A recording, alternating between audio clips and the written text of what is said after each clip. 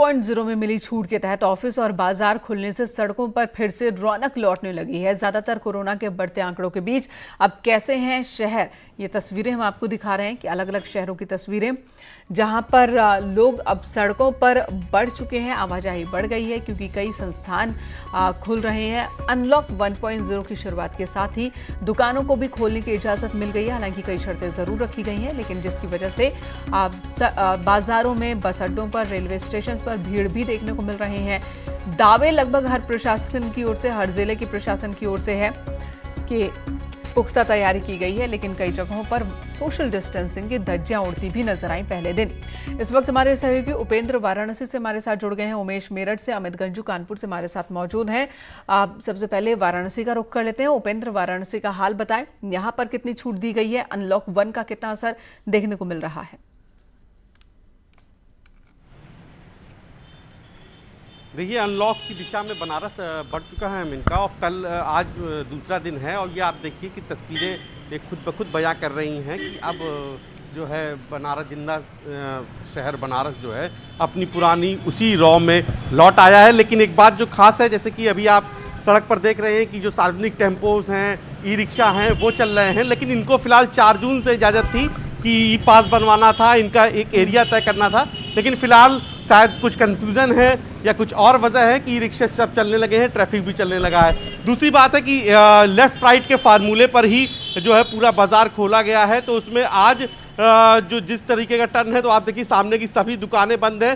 सिर्फ उस पट्टी पर बैंक है, वो खुला है, बाकी सारे शोरूम, सारी दुकानें बंद हैं। आज इस तरफ बंद है। लेकिन अभी भी कुछ जगह पे आप देखिए कि जिस तरीके से ट्रैफिक इकट्ठा हो रहा है, ये तस्वीर देखिए कि यहाँ पे जो है रिक्शे वाले इकट्ठे हो रहे, गाड़ी इकट्ठे हो रहे, तो ये भी एक तस्वीर जो है चिंता वाली बात है। क्योंकि जिस तरीके से बनारस में कल 5 केस निकले हैं और उनमें से जो 4 केस है उनको खुद नहीं पता कि वो कैसे कोरोना संक्रमित हो गए, क्योंकि वो उनका कहना है कि वो घर पे रहे, किसी से मिले भी नहीं। तो ये जो डर है, ये जो केस है, ये जो केस हिस्ट्री है, ये वानगी है सभी लोगों के लिए। बिल्कुल पेंद्र, और यही वजह है कि ये वायरस बहुत ज्यादा खतरनाक, क्योंकि ये कब कैसे कोई इससे संक्रमित हो जाए, और कई बार तो संक्रमित व्यक्ति को भी नहीं पता होता है कि वो संक्रमित है और हालात गंभीर हो जाते हैं। आप बने रहे हमारे साथ। रुख उमेश का कर लेते हैं। उमेश, मेरठ में मौसम तो अच्छा हो गया है, लेकिन कोरोना के लिहाज से और प्रशासनिक छूट के लिहाज से किस तरह के हालात?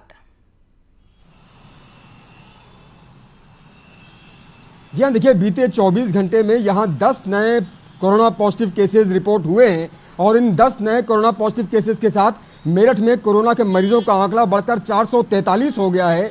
कोरोना से मरने वालों का आंकड़ा 27 है। इसके साथ ही कोरोना से ठीक होने वालों का आंकड़ा भी बढ़ा है। यहाँ 313 मरीजों ने कोरोना को मात दे दी है। इस सब के बीच आज मेरठ के जिलाधिकारी अनिल ढींगरा ये तय करेंगे कि लॉकडाउन में छूट को लेकर के क्या निर्णय लिया जाए। आज ये आदेश आ सकता है कि लॉकडाउन में क्या छूट कल से दी जा सकती है। जी, तो कल से जो छूट होगी उसकी तैयारी में प्रशासन यहाँ जुटा हुआ है। अमित, ये बताएं, कानपुर में जो व्यापारी हैं वो क्या कह रहे हैं? जिस नियम के तहत दुकानें खोलने की इजाजत मिली है, मुनाफा और घाटा को लेकर उनका क्या कहना है?